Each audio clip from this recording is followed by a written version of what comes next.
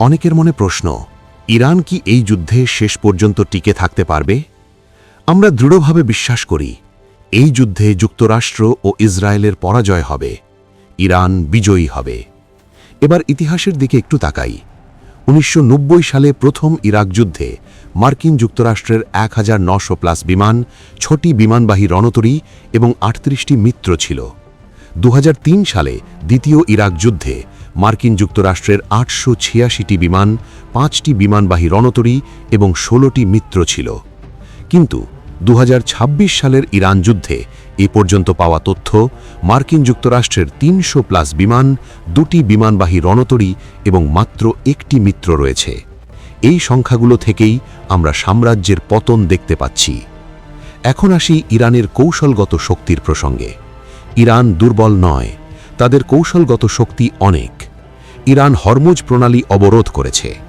বিশ্বের 20% বেশি অপরিশোধিত তেল, 25% তরলীকৃত প্রাকৃতিক গ্যাস, 1/3 ইউরিয়া সার এই প্রণালী দিয়ে যায়।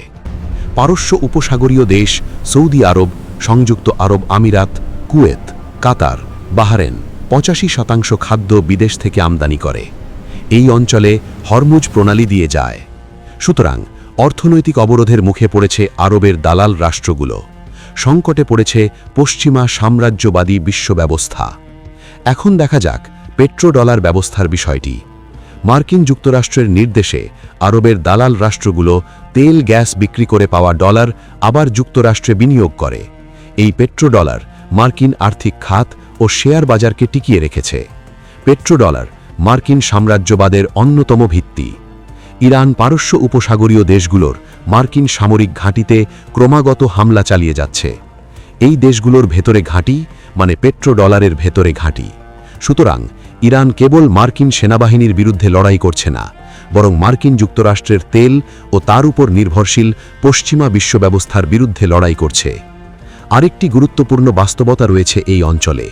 পারস্য উপসাগরীয় আরব দেশগুলোর জনসংখ্যার বেশিরভাগই বিদেশি শ্রমিক।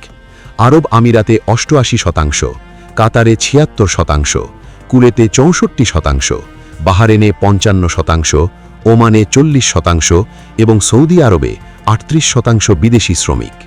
এদের মধ্যে বাংলাদেশ, পাকিস্তান, ভারত, শ্রীলঙ্কা, ফিলিপাইনের শ্রমিকদের সংখ্যা বেশি।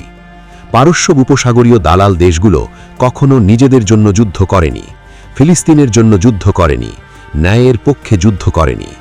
এই দেশগুলো যুক্তরাষ্ট্রকে তাদের মাটিতে ঘাঁটি করতে দিয়ে আবার জনগণের সাথে বিশ্বাসঘাতকতা করেছে। নিজেদের জনগণের ভয় তারা খোলাখুলিভাবে ইরানের বিরুদ্ধে যুদ্ধ ঘোষণা করার সাহস করেনি। এখন প্রশ্ন ন্যায় ও অন্যায়ের। যুক্তরাষ্ট্র ও ইসরায়েলের অন্যায় যুদ্ধের বিরুদ্ধে ইরান ন্যায় যুদ্ধ করছে।